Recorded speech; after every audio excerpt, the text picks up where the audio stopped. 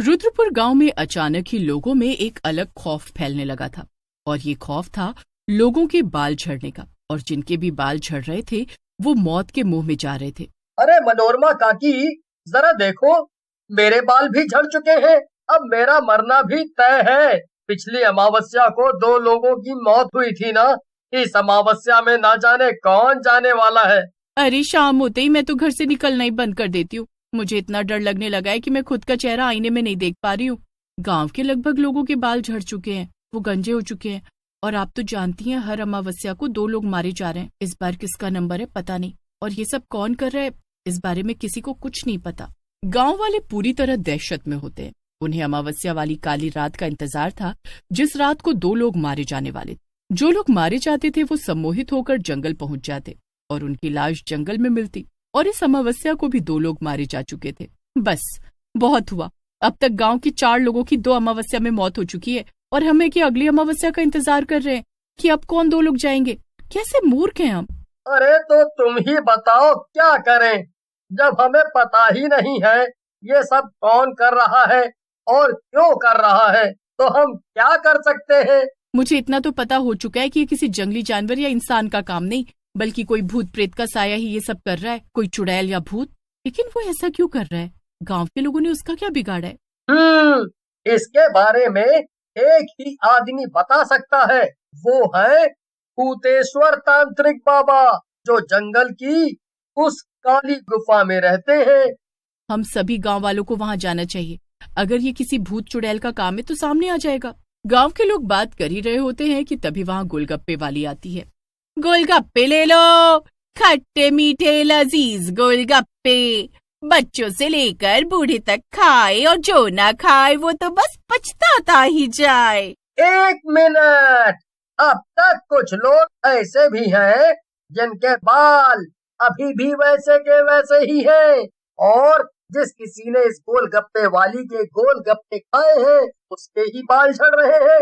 कहीं ये गोलगप्पे वाली कोई राज अपने अंदर समेटे तो नहीं बैठी। मुरारी काका, रामपाल काका, सुलोचना काकी, ये लोग गोलगप्पे से दूर भागते। इन्हें बाहर की चीज पसंद नहीं। और बाकी गांव के बच्चे, बूढ़े, जवान सभी ने इस औरत के गोलगप्पे खाए हैं। और जब से ये औरत गोलगप्पे बेचने आने लगी है तभी से लोगों के बाल झड़ने लगे हैं, करीब 1 महीने से। अब गांव के लोग उस गोलगप्पे वाली पर नजर रखने लगते हैं। देर शाम जब गोलगप्पे वाली अपना ठेला लेकर जंगल की तरफ बढ़ती है तो गांव के 2 लोग उसका पीछा करते हैं। और जब वो जंगल में पहुंचती है तो अचानक से अपना रूप बदलकर चुड़ैल के रूप में आकर जोर जोर से हंसने लगती है। सबको मार डालूंगी, पूरे गांव को मार डालूंगी, मैं अपना बदला पूरा करके रहूंगी। दरअसल उस गोलगप्पे वाली का पीछा करने वाला एक राकेश और दूसरी राधा थी, जो उसे चुड़ैल के रूप में देखकर डर जाते हैं और उल्टे पांव गांव आकर सभी गांव वालों को सारी सच्चाई बताते हैं। बाप रे, इसका मतलब वो चुड़ैल गंजी है और गांव में गोलगप्पे इसलिए बेचने आ रही है ताकि वो गांव के लोगों को अपने गोलगप्पे खिलाकर उन्हें गंजा कर सके और उसके बाद उन्हें मार सके। अभी सोचने वाली बात ये है कि क्या वो गोलगप्पे वाली चुड़ैल का इस गांव से कोई नाता है? कुछ तो होगा। तभी तो वो यहाँ के गांव वालों से बदला लेने आई है। मुझे याद करने का समय दो। मेरी उम्र 70 साल हो चुकी है, इसीलिए मेरी याददाश्त थोड़ी धुंधला गई है। मनोरमा अब सोचने लगती है। गांव के लोग मनोरमा के याद करने के इंतजार में होते हैं कि मनोरमा कुछ तो बताए कि आखिर उस गोलगप्पे वाली गंजी चुड़ैल का इस गांव से क्या नाता है। तभी अचानक मनोरमा चिल्लाने लगती है, याद आ गया, याद आ गया, आखिर इस चुड़ैल का इस गांव से क्या नाता है। इसके लिए हमें कुछ सालों पहले पीछे जाना होगा। रुद्रपुर गांव में दीनानाथ अपनी पत्नी चमोली के साथ रहता था। दीनानाथ गोलगप्पे बेचकर अपना घर परिवार चला रहा था।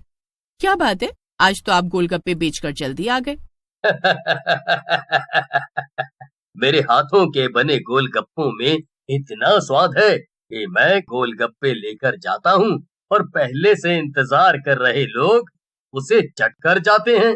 बहुत अच्छी बात है। पिछले कुछ समय से हमारा बुरा दिन अब अच्छे दिन में बदल रहा है। मैं बहुत खुश हूँ। और हाँ, आपको एक खुशखबरी भी देने वाली हूँ। खुशखबरी? कैसी खुशखबरी? कहीं हम बाहर तो नहीं जाने वाले? बिल्कुल भी नहीं। तुम पिता बनने वाले हो और मैं माँ बनने वाली हूँ, इसकी खुशखबरी। अब तो आपको ज्यादा मेहनत करनी पड़ेगी। हमारे घर में एक और सदस्य जो बढ़ने। दीनानाथ बहुत ईमानदार था और उतना ही मेहनती भी। अपनी मेहनत के कारण वो पूरे गांव में जाना जाता था। लेकिन कहते हैं ना, अच्छाई के साथ बुराई भी जुड़ी होती है। दीनानाथ जितना ही अच्छा था, दीनानाथ से उतने ही लोग जला करते थे। और खासकर दीनानाथ का पड़ोसी नंदू उसके पीछे हाथ धोकर पड़ा रहता। एक रोज दीनानाथ गोलगप्पे की दुकान पर एक औरत को गोलगप्पे खिला रहा होता है। औरत ने करीब 200 रुपए के गोलगप्पे खा लिए थे। भैया, और गोलगप्पे दे दो, आपके गोलगप्पे में तो क्या स्वाद है। बहन जी, अब तक आप 200 रुपए के गोलगप्पे खा चुकी हैं। पैसे उधार नहीं करूंगा मैं। और हाँ, इसीलिए मैं आपको बता रहा हूँ। आपको क्या लगता है मैं यहाँ फ्री में गोलगप्पे खाने आई हूँ? आप सिर्फ गोलगप्पे खिलाओ, पैसे मैं देकर जाऊंगी। जी ठीक है, ये लीजिए आपके तीखे गोलगप्पे। 200 से ज्यादा के गोलगप्पे खा लिए मैंने। अब तो कुछ करना होगा।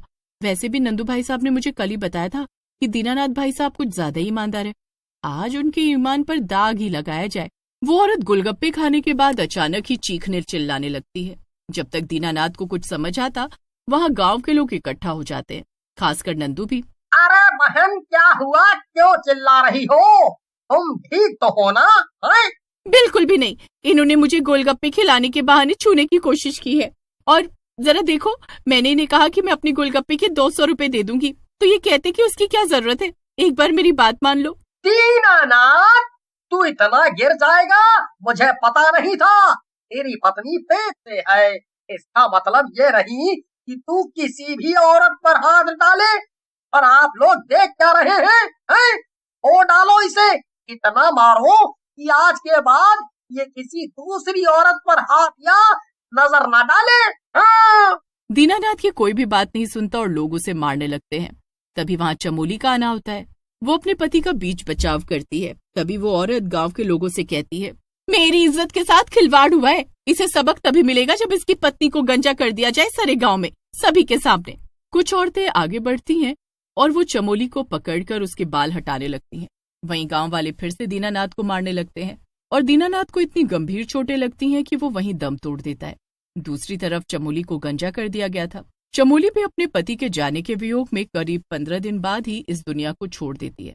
वो गर्भवती थी और गांव वालों को उस पर बिल्कुल तरस नहीं आता। दोनों पति पत्नी की जिंदगी समाप्त हो जाती है और किसी को कोई फर्क नहीं पड़ता। ये तो बहुत दुख की बात है, लेकिन जिस नंदू की बात आप कर रही हैं काकी, वो तो 3 साल से शहर में रह रहा है और उसके बदले की आग हम गांव वालों को झेलनी पड़ रही है। लेकिन वो औरत और कोई नहीं बल्कि मैं थी। मुझे माफ कर दो, मुझे ये सब नंदू ने करने को कहा था। मुझे अच्छे से याद है, इसीलिए मैंने तेरा नाम नहीं लिया। सारी कहानी मैंने सुना दी है। अब क्या करना है ये तुम लोगों पर है। अगली मौत किसकी है ये कोई नहीं जानता। हमें तांत्रिक बाबा के पास चलना चाहिए और उनसे मदद लेनी चाहिए, क्योंकि इस वक्त गांव के लोग खतरे में हैं। राधा की जान कभी भी जा सकती है, क्योंकि राधा की वजह से ही ये सब शुरू हुआ था। राधा, तुम्हें उनसे माफी मांगनी होगी। तुमने जो किया वो सच में गलत था। मैं तुम्हारी जगह होता तो ऐसा कभी नहीं करता। अब गांव के लोग तांत्रिक के पास पहुंचते हैं। तांत्रिक साधना में लीन था, लेकिन लोगों के आने के पश्चात जब वो आंख खोलता है तो सामने बैठी राधा को देखकर कहता है, इसके लिए पूरे 24 घंटे की पूजा हवन होनी जरूरी है। उस दौरान अगर किसी की जान जाती है तो भी गांव के लोगों को वहां से उठना नहीं है। ये पूजा बहुत शक्तिशाली होगी, जिसमें उस चुड़ैल को आमंत्रित किया जाएगा। गांव वाले तांत्रिक की बात मान लेते हैं। सभी गांव वाले इकट्ठा होते हैं और 24 घंटे तक उस पूजा में शामिल होने के लिए अपनी अपनी जगह बैठ जाते हैं। पूजा शुरू की जाती है। तभी कुछ देर बाद अचानक जोरों की हवाएं चलने लगती हैं। कभी हंसने की तो कभी रोने की आवाज आती है। लोग डरे होते हैं, लेकिन तांत्रिक के कहे अनुसार उन्हें वहां से उठना नहीं था। हे प्रभु, मेरे सामने चुड़ैल खड़ी है, मेरे हाथ पैर कांप रहे, मुझे बचा लो, मुझे मरना नहीं है, मैंने जो भी गलती की है उसका पश्चाताप है। राधा इतना कह ही रही होती है कि तभी वो चुड़ैल उसके पास आती है और उसके बाल पकड़कर उसे खींच लेती है और सबके सामने उसे मार देती है। गांव के लोग पूजा में बैठे ये सब देख रहे होते हैं, लेकिन वो लाचार थे। उन्हें उस पूजा से 24 घंटे बाद ही उठना था। तांत्रिक भी पूजा में लगा होता है। हालांकि राधा को उसके किए की सजा तो चुड़ैल दे देती है, लेकिन उसके साथ ही चुड़ैल को मुक्ति भी मिल जाती है। पूजा भी समाप्त होती है। गांव वालों को राधा के जाने का अफसोस था, लेकिन उसके साथ ही चुड़ैल भी उस गांव से दूर हो चुकी थी।